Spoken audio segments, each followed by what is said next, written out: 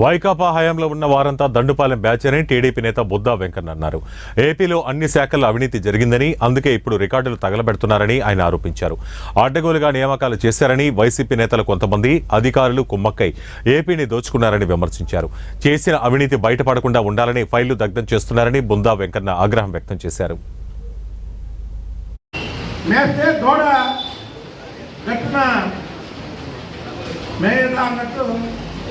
Jagan batch అంటే జగన్మోహన్ రెడ్డి పెద్ద పెద్ద దోపిడీలు చేస్తుంటే అతను అధికారం అప్పచెప్పినటువంటి మంత్రులు కానీ ఎమ్మెల్యేలు కానీ మా నాయకుడు ఎక్కడున్నాడు, మీరు తింటే తప్పేంటి అనుకునే సామెతగా మొత్తం కూడా దోచుకున్నారు ఈ రాష్ట్రాన్ని.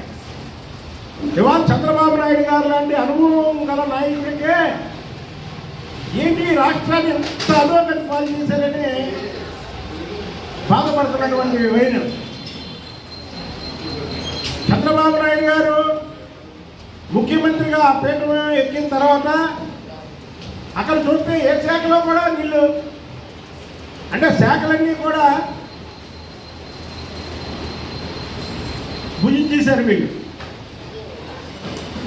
ఇది చాలా దుర్మార్గమైనటువంటి చర్య. దీని మీద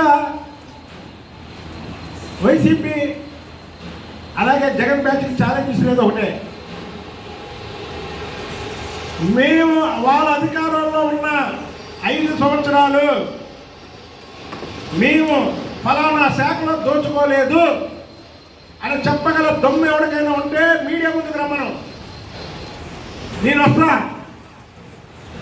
అన్ని శాఖల ఫైళ్లు పట్టుకొని వస్తా. మీకు ఆ దమ్ము ధైర్యం ఉందా? మీకు ఆ దమ్ము ధైర్యం ఉంటే నేను రావడానికి సిద్ధంగా ఉన్నా.